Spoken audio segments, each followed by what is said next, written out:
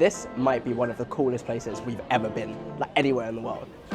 Come with us as we travel across South Korea, showcasing its unique culture, incredible food scene, and all of the red light, green light reasons that this wonderful country has shot to the top of our favourite places of all time. It's a non-stop 4-day adventure on a budget. We landed into Busan from Taipei at 10 p.m, so naturally, Kate wanted to do this. But who can resist the urge to explore a new neighbourhood and get some 7-Eleven snacks? Welcome to South Korea, more specifically Busan. We're going to be spending the next 4 days going from Busan to Seoul on a budget of under 100 Great British pounds a day. The Daecheong area, where our hotel is, has tons of Korean bakeries around. Naturally, we had to sample some of their delicious looking food for our 30-minute walk to the station.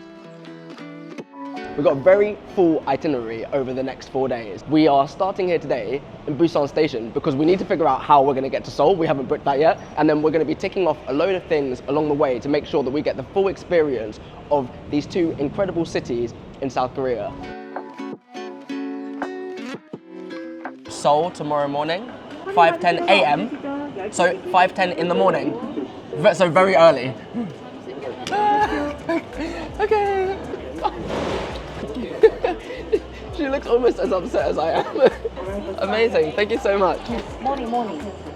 The good news is we're going to Seoul tomorrow because we didn't think we were going to be able to get there tomorrow. All the tickets online were super late, like really late in the day. The bad news is all this sleep that we've been getting used to having in the last week, it's gone because this train is leaving at 5:10 a.m. and we've got seats because I heard some people talking about standing for 2 hours. Couldn't be me. First thing I noticed looking at the board where all the trains are is that the delay time is at 0 for every single train. If we were back home in London King's Cross Station, the whole board would be red with delays. The National Rail can never ever be like this. We are now heading to the beach because Busan is a coastal city and apparently has nice beaches. We just purchased these T money cards, which is the travel card that you can get to travel around South Korea, and you can use it on most modes of transportation. We topped it up. We're going to get a bus, which takes about half an hour, and then after that we're going to visit the cultural village, also here in Busan, which is supposed to be awesome.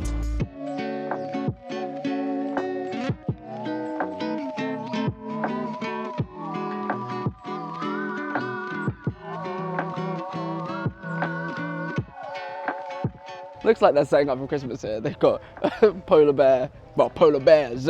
Anyway, Kate said she wanted to go on the cable car, so we have to go all the way over there to find out how much it is. I mean, we could probably just look it up first. No, but this is part of the adventure. Something I find fascinating about this city is that we are on the beach on a pretty mild day, on a Friday, and it's really calm, it's not too busy, there's people around but it's not packed out, the restaurants are maybe 50% full. Brighton in the UK, probably the most popular beach resort, has a population 10% the size of here, and if you were there on a Friday lunchtime it would be rammed no matter what time of year.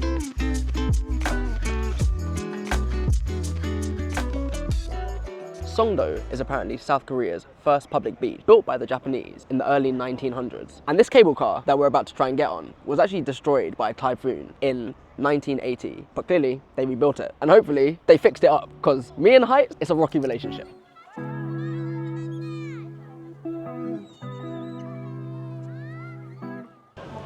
The benefits of being cheap is the queue is way shorter to get on.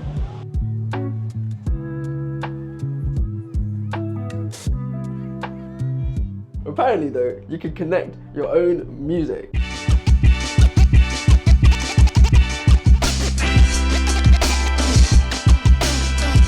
There's a walking path around the rocks as well, but it looks like it's been completely destroyed by maybe like landslides, because they've got netting up on all of the rock faces. Or a bad storm that caused all of that. Yeah. This was a good way to travel, but we still had around 18 hours and 329 kilometers to travel until reaching maybe our favorite city of all time.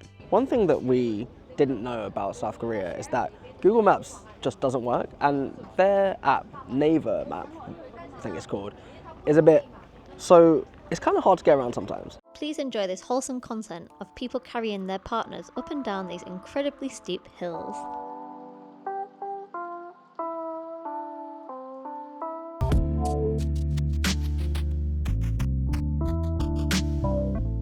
speed of Wi-Fi here is actually crazy. Like the bus Wi-Fi is maybe like 12 times faster than our home Wi-Fi. Madness. Anyway, we made it here to Gamcheon Village and it is stunning. There's so many different colours on the building. It's very steep. I feel like we're going to get a serious workout today. I'm out of breath just looking at it. The second bus was 12 minutes from sea-ish level to here, and some people were walking the entire way here, which is like 2 kilometers uphill. Built in the 1920s, Gamcheon Village's initial purpose was to relocate Busan's working class population away from the thriving port area. 80 years later, the area was in steep decline until a government-led initiative in 2009 to create the Machu Picchu of Busan. After getting a bus back up the hill, we stopped at this awesome-looking place for some ramyeon, a Korean adaptation of ramen using Korean instant noodles and often upgraded with some amazing ingredients. The owner is super cool and has an Instagram page where he captures his guests enjoying his brilliant creations. Plus, look at the view you get whilst you eat. Bellies full and culture well and truly explored, we left Gamcheon Culture Village and took 2 buses across the city in search of the heart of Busan, Seomyeon, renowned as the ultimate hub for shopping, dining and entertainment.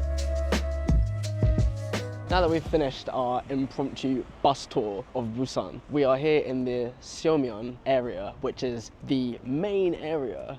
I'm hearing it's like the vibrant area. That's where a lot of the nightlife is. That's probably the area. If you want to be in the hustle and bustle, that's where you should stay.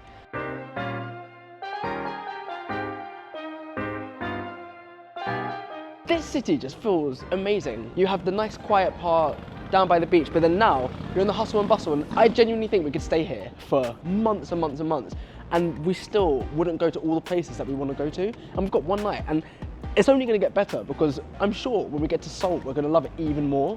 Korean barbecue in South Korea has to be at the top of any foodie's bucket list, and we're no different. We walked past this place and knew instantly that it was the one. Screens to order, shiny rustic metal finishes, and a great ambiance. This place looked great from the outside and it delivered when we came inside. As soon as we sat down, they just plastered the table with loads of... How many plates are there? There's about 12 plates of sauces, condiment, seasoning, salad. We've got our own jug of water. It's amazing. The only thing is, if you're going to come here, if you don't eat pork, there's no other meat on the menu, so... We thought outside it looked like different meats, but it seems like it's all different cuts of pork. So many cuts of pork. I didn't know there were this many ways to get pork. There's pork belly, there's pork neck, there's pork something else, collar. What's pork collar? Well, we're about to find out, because I think we ordered it, so...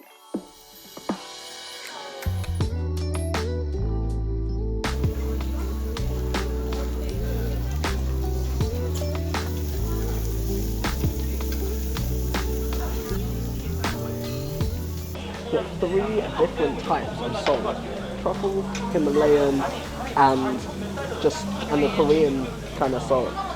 Gold chopsticks.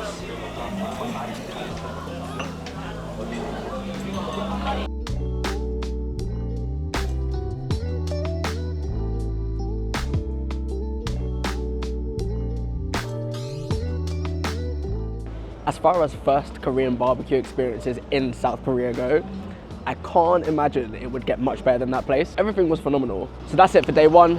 You know what time it is tomorrow. Bright and early, 5 a.m. for the bullet train to Seoul. The hotel we stayed at for our time in Busan was such good value for money, £42 per night for a large, clean, well laid out room. We'll put the link in the description.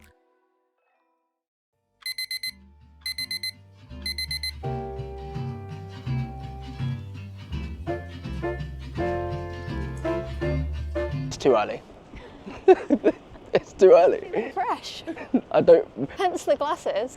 3 hours and 54 minutes of sleep. We're here, we're really early, so we're not... 4:45 a.m. to be precise.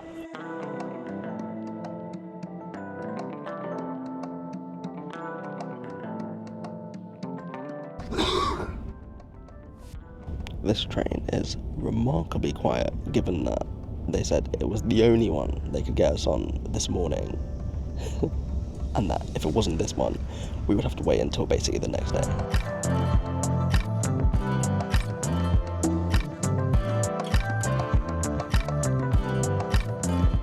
and we made it to Seoul. Of course, perfectly on time, because there's no such thing as delayed trains in South Korea. This train might be the longest train I have ever seen. We were like in coach 17. I tried to walk to the front of the train. It honestly took me about 15 minutes, and then I was like, if I don't go back, I'm not going to be back in time to get off the train. Nobody checked the tickets. Seems like a very trusting country. Very trusting. Surprised. There was a person who looked like a ticket inspector, but didn't really do any inspecting. And in terms of the overall experience, I mean, yeah, cool. Like, it was quick, it was on time, it was clean. I don't really get the hype, personally. Like, obviously it's really fast. We've just crossed basically the whole country in like 2.5 hours. I thought there would be more in the train. I think the ones in Japan will be different. We'll see. There was no dining car, there was a vending machine. But it was not extensive. Yeah. Like the selection.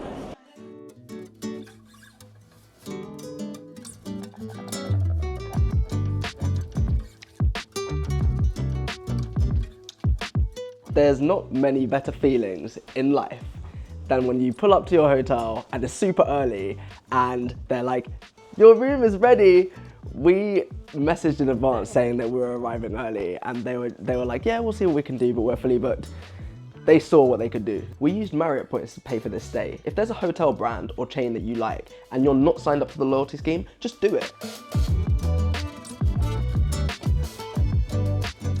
We might have had just a little nap so we can survive the day, but now we're out in Seoul. It's a beautiful day and we're going to explore. First stop, off to obviously get some food, but not just anywhere. We are off to one of the many traditional villages here in Seoul. We haven't really seen anything like that yet, so very excited, and hopefully the food is great.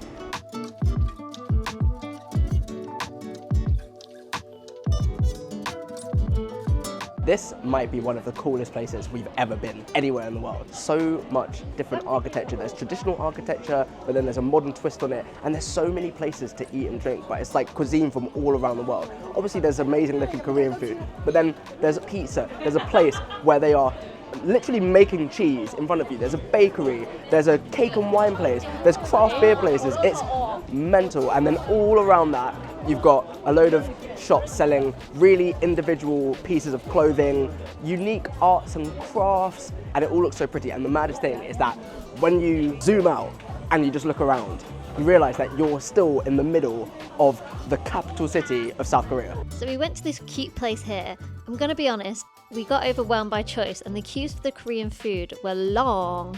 But this was more than enough fuel for a packed day.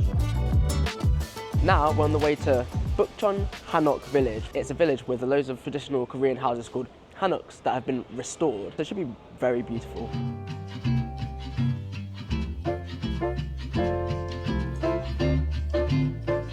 It's a really beautiful time of year to visit Seoul. Despite the visible rain, it's very lovely to walk around. The temperatures are still very mild and the colours are all beautiful. It's just super peaceful walking around the streets, and you can tell there's a lot of activities happening. So you can rent out some of the houses, the hanoks. You can rent traditional clothing as well. On top of that, there's like arts and crafts workshops, and then there's a load of traditional food around that we can't really find. But on the walk up here, you could see as well that they've integrated the main part of the city into this as well. So on the main road, you've got all the traditional hanoks bleeding out into the streets along with the modern buildings. Like the little cafes are all this traditional style, but exactly. very modern in the interior. Very cute. Very demure. Feels a bit mindful here as well. Can't.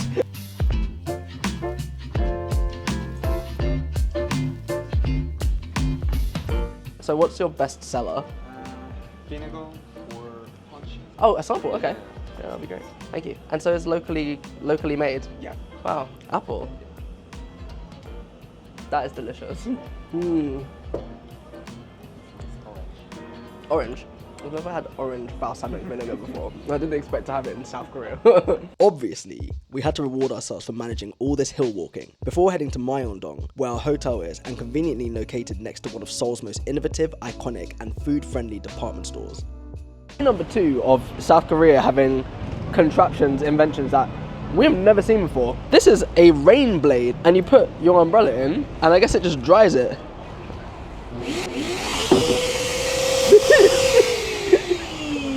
We didn't come for the umbrella dries though, we came for this. The food hall of dreams. If you've dreamed about it, the chances are this food court has it. Breakfast, lunch, dinner, dessert, and of course, we went for dessert. A strawberry and blueberry crumble cake. We decided that was probably enough treats for one day though, and headed back to have dinner in our room. After multiple failed attempts to order food delivery, we found this absolute gem right next to our hotel. The speciality? A whole roasted chicken on a bed of crispy rice. So simple, yet done so well. Genuinely, top 3 chicken dishes of all time. We slapped on Harry Potter and enjoyed. Please see Kate's face for reviews of everything that we ate.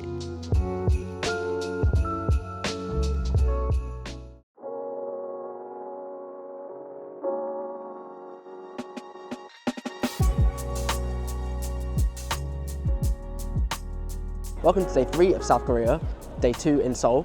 Last night we found an absolute hidden gem next to our hotel. We took it back to the room because it was busy, we were tired, and we got to prepare for a massive day today.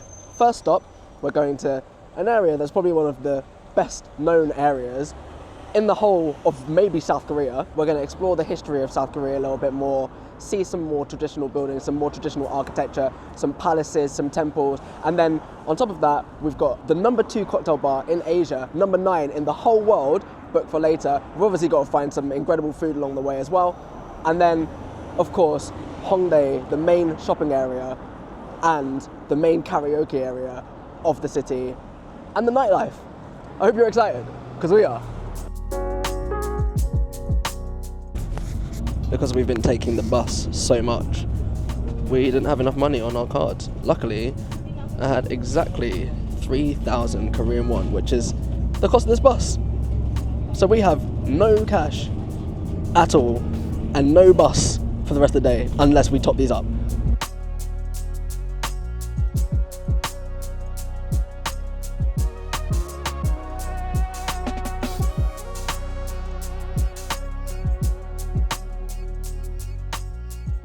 Gangnam Style. Most people know this area for the hit song that burst onto the scene in 2012 by Psy, also being the first YouTube video to reach 1 billion views. But this area has so much more to offer and we're going to explore it. Come with us.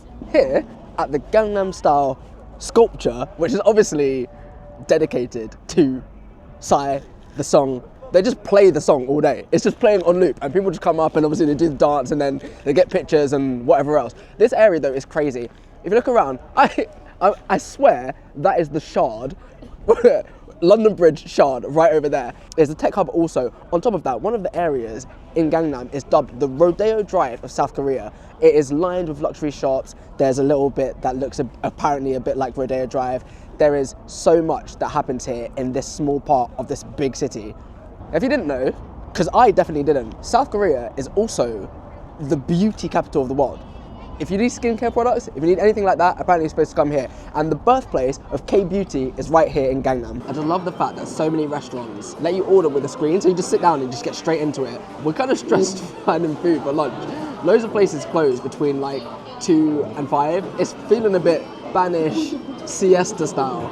So we're just gonna get something quick here, and then later we're on the hunt for some Korean fried chicken because it's like a battle of the fried chicken. You've got Korean fried chicken, Taiwanese fried chicken, Kentucky fried chicken. It's supposed to be lit in the Philippines as well. Who has the best fried chicken?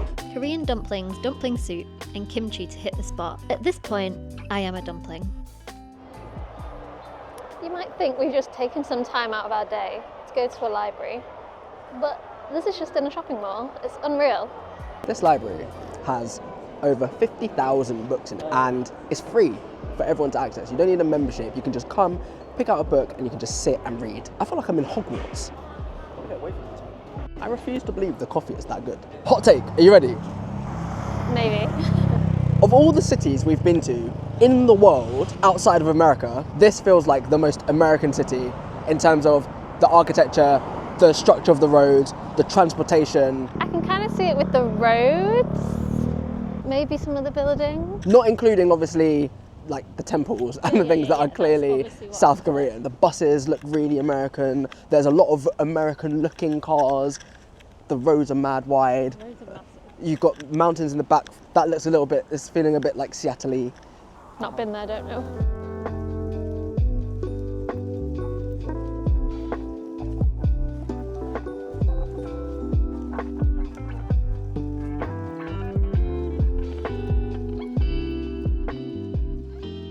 we're at the Bogeunsa Temple. Very similar in architecture to a lot of the temples that you see in this part of the world. The interesting thing though is that the religious makeup of South Korea is maybe a bit different to what you would expect, at least what we were expecting. Over half of the population have no religious identity. They don't identify with the religion at all. They might practice in some way, they might be atheist, they might be agnostic, but they don't identify with the religion. Then there's about a quarter of the population that identify as Christian, 15% identify as Buddhist, and then that's pretty much most of the makeup, with obviously a few smaller segments of representation for other religions scattered across the country. It's probably the only country that comes to my mind where over half the people don't have a religion. Very interesting, but you still see obviously all the religions that are practiced here represented through places of prayer, worship throughout the city. Now, there's a number of reasons for this, but the top two most reported reasons being, one, that in general, South Koreans are reported not to be trusting of hierarchical organizations. And the second being that a lot of young South Koreans just don't have time between job search and just trying to make it in the world to be also engaging in religious activities as well.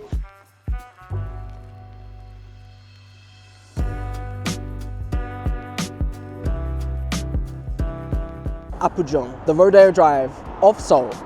As you can see, the area's leveled up a little bit since where we last were.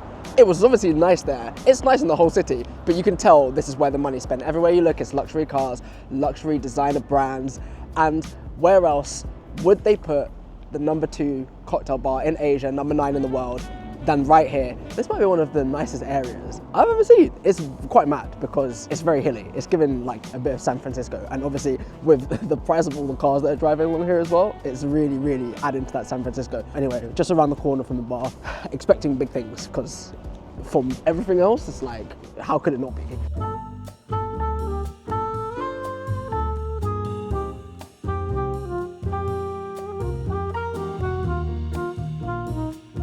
I have gone for a fall in winter, which is this bar's winter take on an old-fashioned.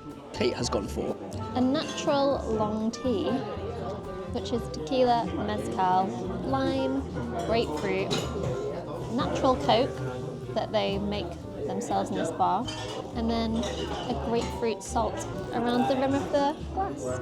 We referenced earlier in this video how seriously they take public transport being on time in this country. You know the public service alerts that go off on iPhone, just like big alarm noise, big yellow letters. Normally it's like tsunami, volcano, earthquake, and everyone in the bar's like, whoa, whoa, because everyone's phones are going off. We translated the announcement, and it's like some trains might be delayed due to an electrical fault because of a union strike.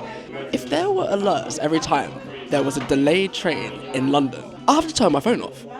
It'll be going off every half a second.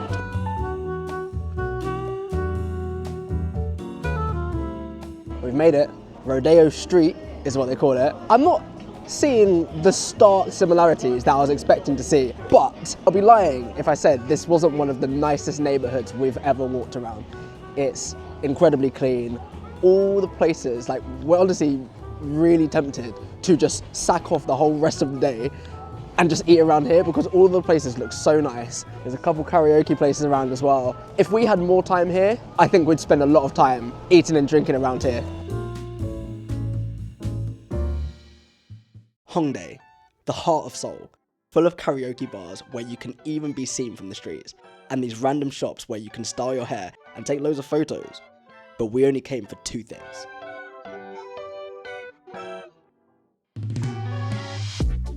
This place is called Chicken and Beer. It's got a 4.7 rating on Google, and the name is exactly what we ordered. Just keep it simple. Don't overcomplicate the thing.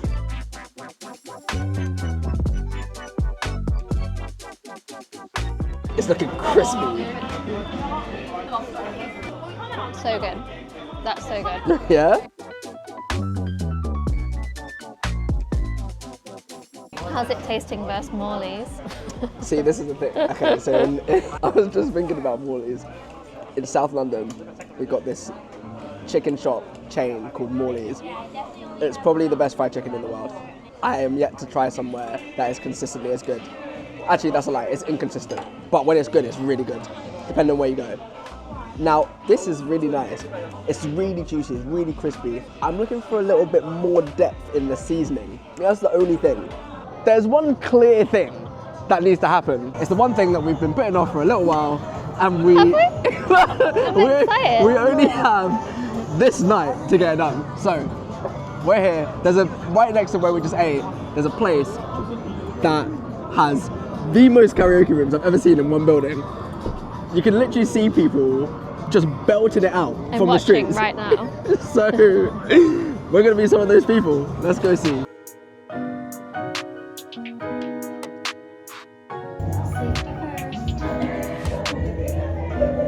You're moving like you've never done that.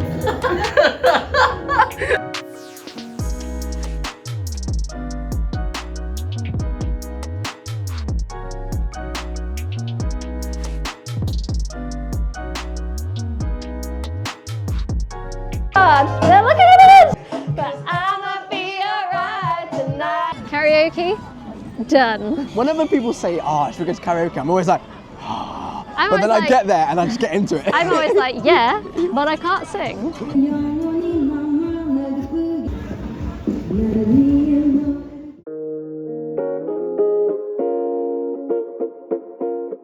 Last day in Seoul, last few hours really, and if you've been watching and paying attention, you'll know there's only one way we're gonna spend these last few hours. We've been to the rich ends, we've been to the party ends, we've been to the traditional village, and we've been to the modern traditional fusion. And for me, there was one clear winner. What about you? Yeah, I have a favourite area. I think it's probably the same as yours, but...